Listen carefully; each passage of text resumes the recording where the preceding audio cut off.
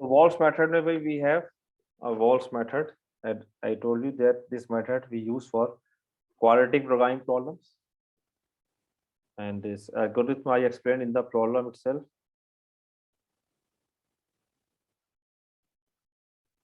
Walsh method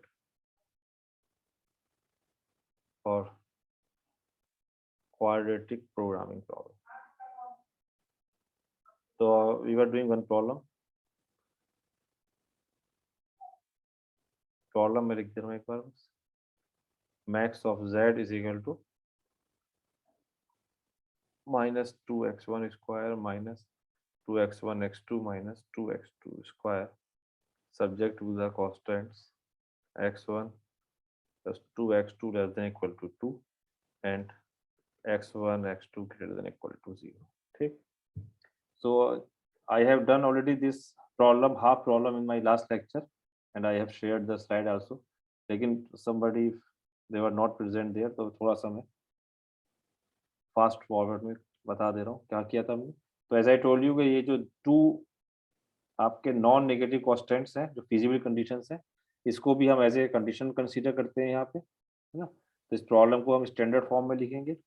तो ये problem आपकी स्टैंडर्ड फॉर्म में मैक्स जेड तो यही सेम फंक्शन रहेगा, बस यहाँ पर I will be taking this as a constant. So x1 plus 2x2, because it's a less than equal to, so I will write a general equation.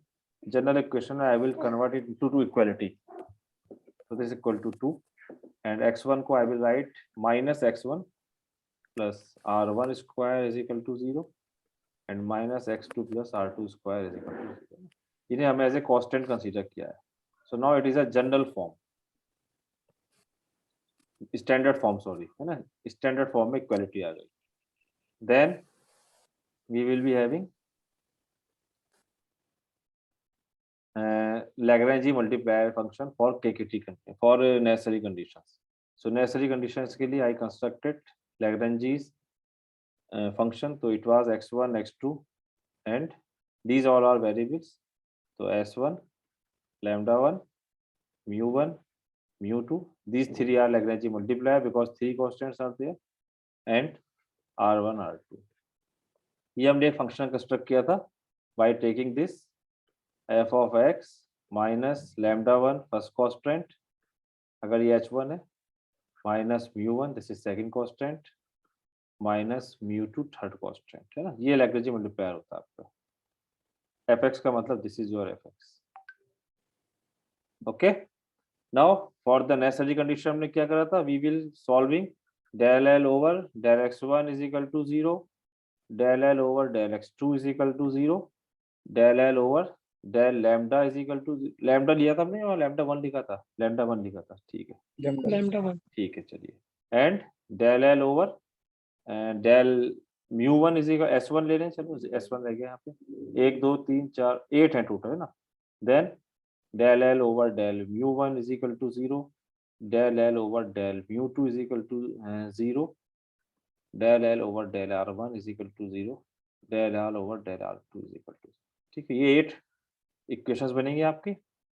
When we will solving it, तो we will be getting some equations from first 3 and rest of the equation from this. तो उसमें हमने जो x1 x2 वाली equations थी उन्हें एक जगह कंबाइन कर लिया था. तो we will getting this after solving it. 4x1 plus 2x2 minus lambda 1 minus mu1 is equal to 4, 2x1 plus 4x2 plus 2 lambda 1 minus mu2 is equal to 6, and x1 plus 2x2 plus s1 is equal to 2.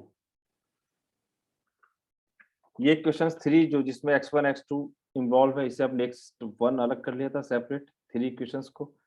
बाकी rest of the equations जो आपके पास आएंगी solve करके वो आनी थी lambda 1 s1 is equal to 0, mu1 x1 is equal to 0, mu2 x2 is equal to 0, है ना. इन्हें हमने कहा था these conditions called complementary conditions.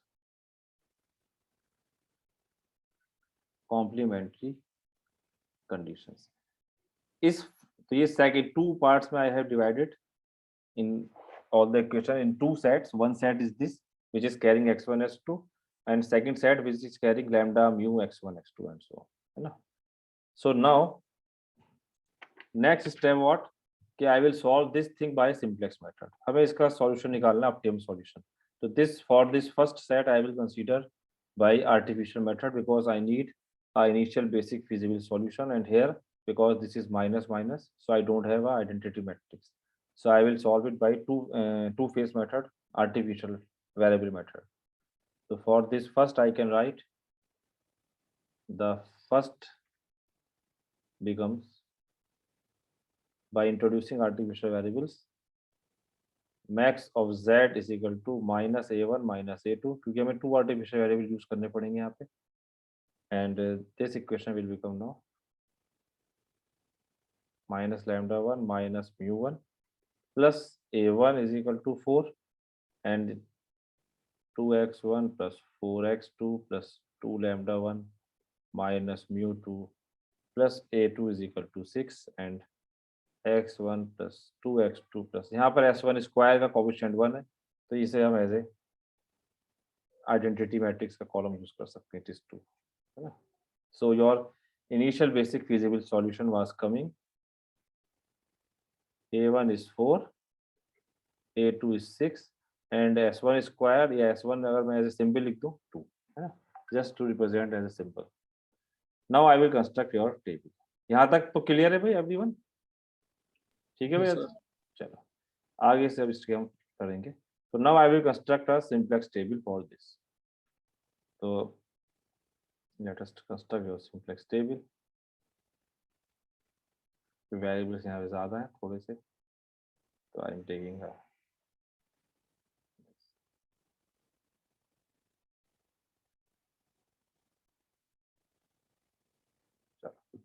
so here you know CB, YB, XB, है ना?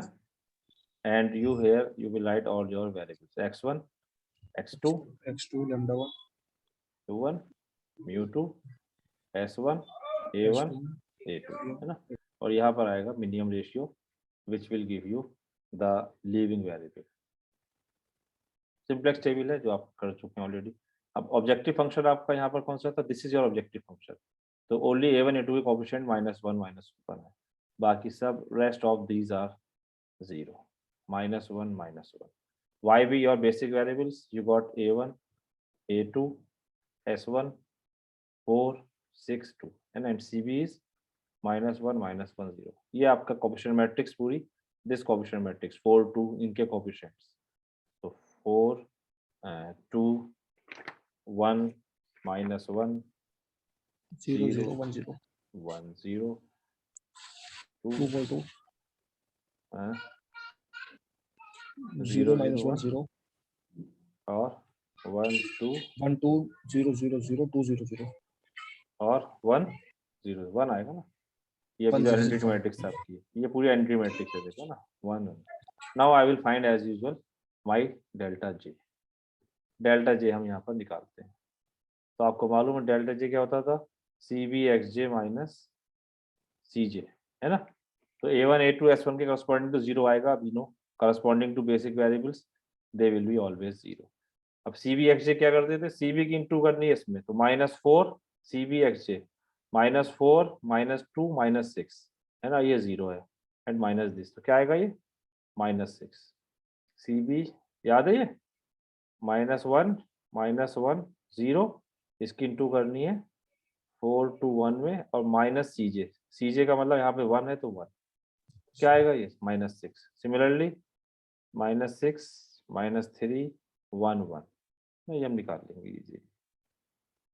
नाउ मोस्ट नेगेटिव, तो यू आर गेटिंग 2 नेगेटिव, है ना? डेल्टा जे नेगेटिव, अगर पॉजिटिव आ जाते हैं तो यही आपका ऑप्टिमल सॉल्यूशन में आता, but you got delta J less than 0. So now delta J is less than 0 for x1 and x2 column. तो इसका मतलब दोनों का सेम है, तो कोई सा भी मैं वेरिएबल ले सकता हूँ, है ना? You can take any of these 2 variable, any of these two variables can be entered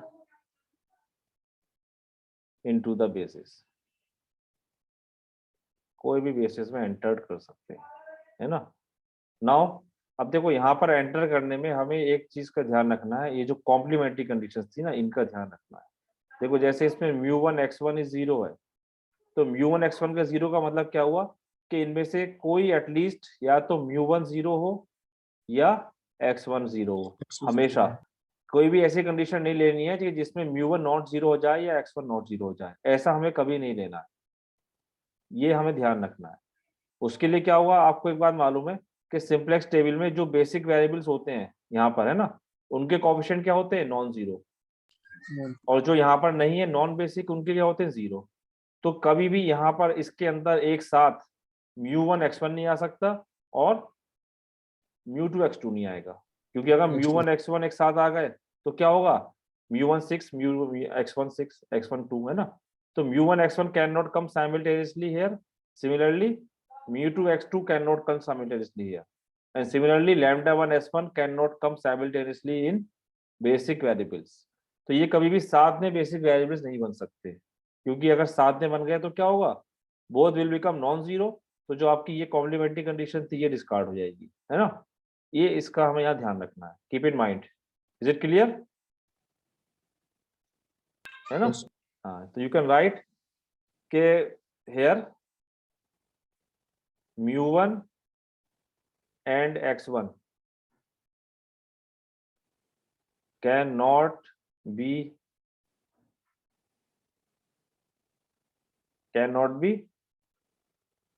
basic variables at the same time,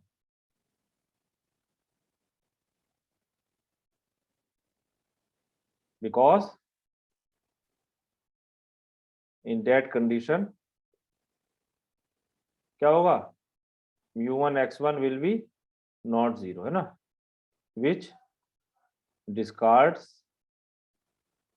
the complementary condition.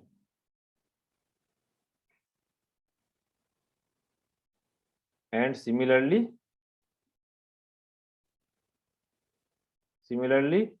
for μ2 x2 and और कौन से λ1 s1, ये चीज सेम उनके लिए भी। बात समझ में आ गई।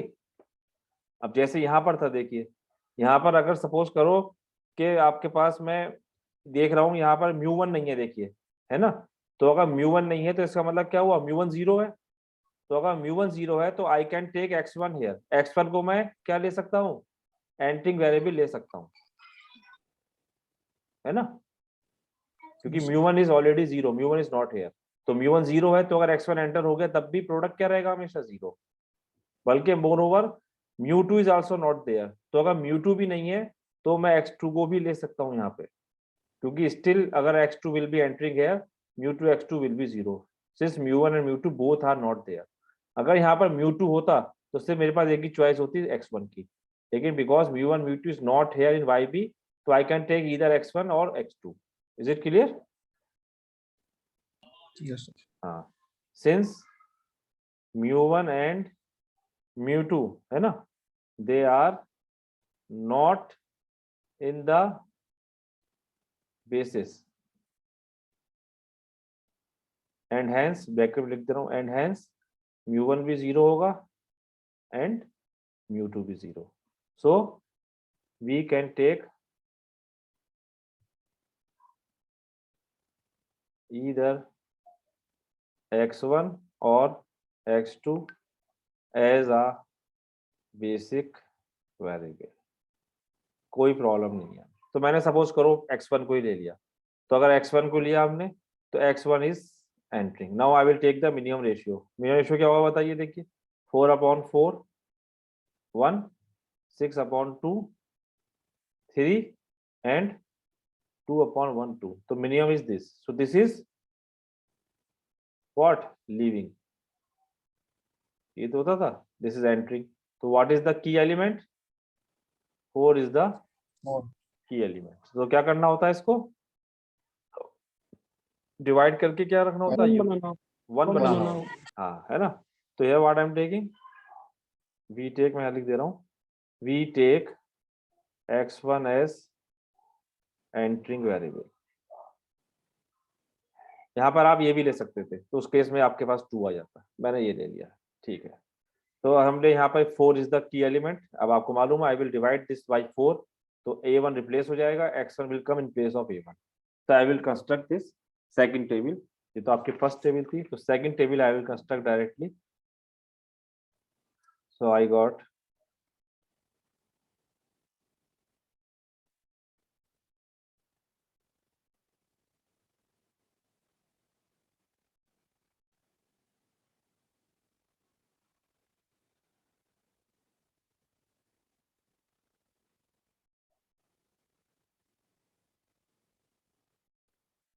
दिस।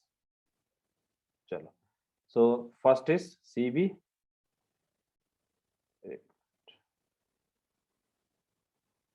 बताइए, CB YB XB। तो सबसे पहले हम इस रो को लिखते हैं जो की एलिमेंट। तो यहाँ पर क्या हो जाएगा आपके पास, x1 will be new variable, a1 s1 as it is, है ना, ये CJ है। x1 का कोएफिशिएंट यहाँ पर 0, -1 0, and XB is what, when you will divide by 4। देखो तो ये 1 हो जाएगा सब, 1 1 2 by 4। तो आई विल राइटिंग, पहले यहाँ लिख देते हैं x1 x2 तो वहाँ एंड पे A2 है, सर A2 होगा sorry yes sir. Sorry, basic variable. ठीक है, इज इट क्लियर? यस हाँ, so x1 x2 एंड बताइए जरा, लैम्डा 1 μ1 lambda 1 mu1 mu2 हाँ, s1 k1 a2 S1 और A2। देखो जो वेरिएबल आपका आर्टिफिशियल रिमूव हो जाता है ना, उसका कॉलम हम रिमूव कर सकते हैं। ये मेथड में था कि उसका अब रोल नहीं रहता, one is remove it will not come. तो मैं ये S1 तो लिखूंगा, A1 नहीं लिखूंगा, A2 लिख रहा हूँ, ठीक है, कैलकुलेशन थोड़ा इजी हो जाएगी। Now what will happen, divided by 4, तो 1 1 1 by 2 1 by 4 minus 1 by 4 0 0 0, ठीक है। सिमिलरली A2 है। अब क्या करना होता है हमें, यू नो के दिस शुड बी 0, तो यहाँ पर ट्वाइस है, तो इसका 2 टाइम्स सब्ट्रैक्ट करूंगा फर्स्ट रो का 2 टाइम्स, है ना। तो दैट मीन्स 6 माइनस, यहाँ पे इस रो को न्यू से, तो 6 minus twice, it will be 4 1/2 0 1/3 minus half 0 0। देखिए भाई स्टेप इधर, हाँ भाई जो सेकंड योगेश रो कुमार थर्ड रो का भी कर सकते है, थर्ड रो में भी हैं, आपके थर्ड पास रो 1 है, से कर सकते हैं।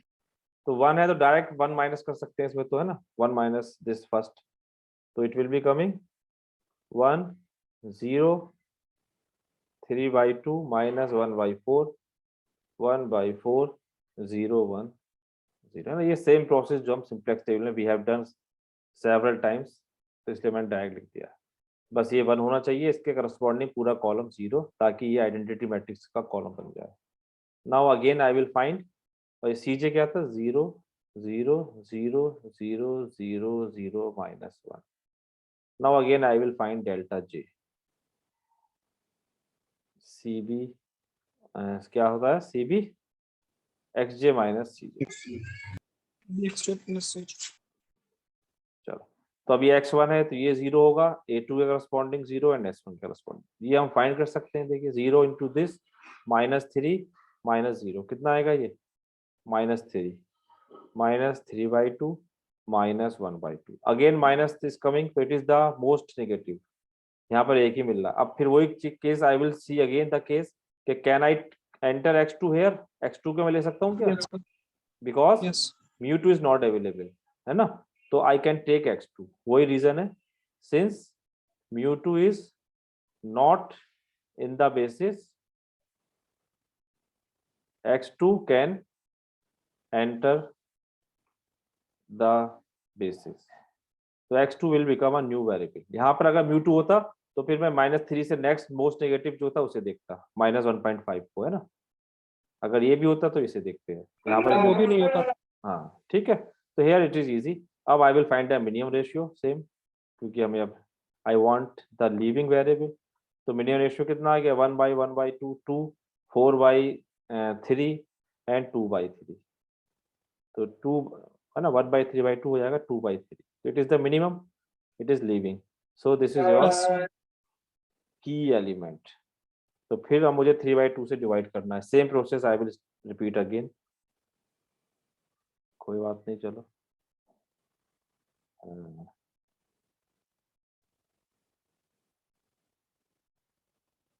सो छोटी रो बनाते हैं अभी, क्योंकि हमारा A2 रिमूव हो चुका है, A1 रिमूव हो गया, इतने में ही काम। एंड मिनिमम रेशियो, अभी एक टेबल इसके बाद और बनानी है भैया, इसलिए मैं थोड़ा सा लंबा रखता हूँ इसको। मिनिमम रेशियो निकालना पड़ेगा हमें यहाँ। चलिए क्विकली, क्योंकि टाइम भी आपको कम रहता है, हमें जल्दी निपटाना है प्रॉब्लम। क्या करें भाई, पहले first I will write this. तो S1 लीविंग, X1 एंट्री। तो new variable is X2 entry, A2 X2, okay. और कोएफिशिएंट्स 0, -1, 0। पहले इसको लिखेंगे। तो 3/2 से डिवाइड करना है या 2/3 से मल्टीप्लाई, एक ही बात है। तो मल्टीप्लाई कर 2/3, 0, 1, ये आपका -1/6, 1/6। सिंपल कैलकुलेशन है, छोटे छोटे नंबर से। 0, 2/3 एंड 0 है ना। X1 ये X2 है, this is your λ1, this is μ1, this is μ2 and this is S1, this is A2। अब सेम इसे हमें सब्ट्रैक्ट करना है, तो 3 times of this new row, क्योंकि ये 0 होना चाहिए ना, ये पूरा कॉलम 0 चाहिए। तो जब 3 times you will subtract it, तो new entries will be coming. ये आएगी आपके पास 2, 0, 0 और कितना आ रहा है यहाँ पे, ये 0, ये कितना है, 4 -3/4 एक मिनट 3/4 रुकिए, है। -1/2 आ रहा है ये, है ना। ये तो 0 आ गया, ये आएगा 2, 0, -1, -2, 1। ठीक है, ये 2 आएगा, चेक कर लिएगा। ऐसे आई हैव डन प्रॉब्लम है, किसी और बुक की प्रॉब्लम है आपकी, क्योंकि इसमें एक कांस्टेंट है, इसलिए कांस्टेंट ज्यादा होते हैं तो रो बढ़ जाती है। 1, 0, 1/3, -1/3, 0, -1/3, 0। This is the entries. Now this is your. Now again I will take new and delta j. Delta j जब आप निकालेंगे by the same process, CVxj minus Cj. So it is coming 0, 0, -2, 0, 1, 2, 0। अभी भी माइनस आ रहा है। अभी λ1 ने देखिए, λ1 के साथ क्या था, λ1 S1, S1 is not in the basis, so I can take λ1 as a leaving entering variable because S1 is not here. And minimum ratio,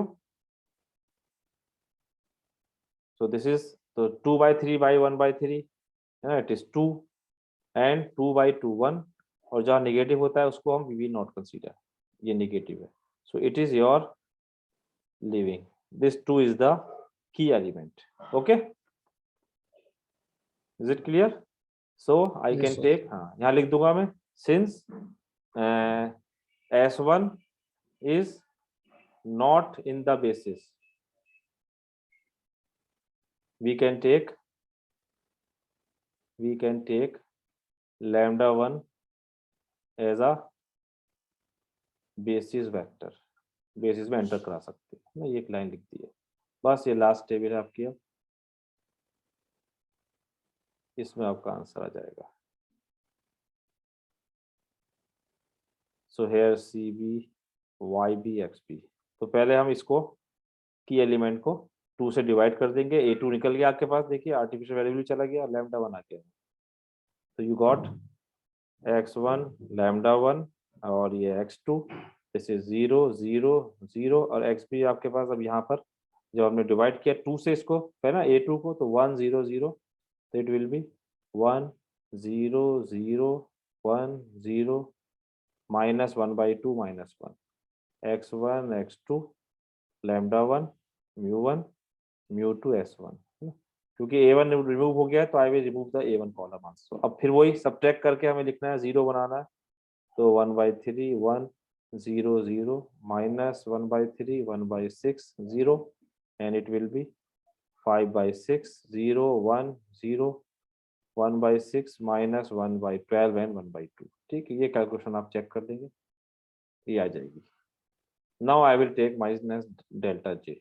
delta J is coming 0 x2 0 lambda 1, ये तीनों 0 ही आएंगे क्योंकि ये बेसिक वेरिएबल्स हैं, और ये भी सारे 0 आ रहे हैं, सब 0 आ रहे हैं। तो since all delta J 0 it means an optimal solution is found, है ना, for phase 1 is obtained. Optimal solution हमें यहाँ पर मिल गया क्योंकि greater than equal to 0 condition होती है ना। So the optimal solution is what,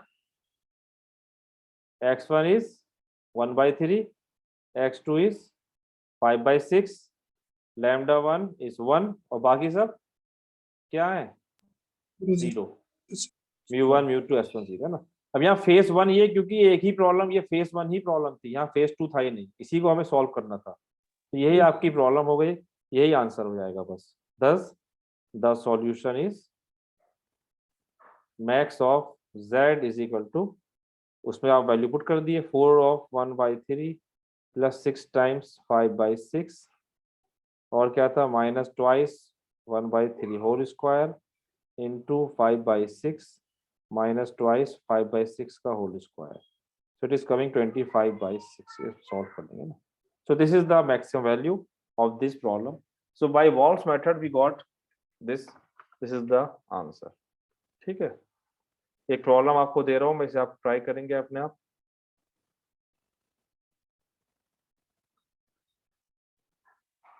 bye Wolfe's method,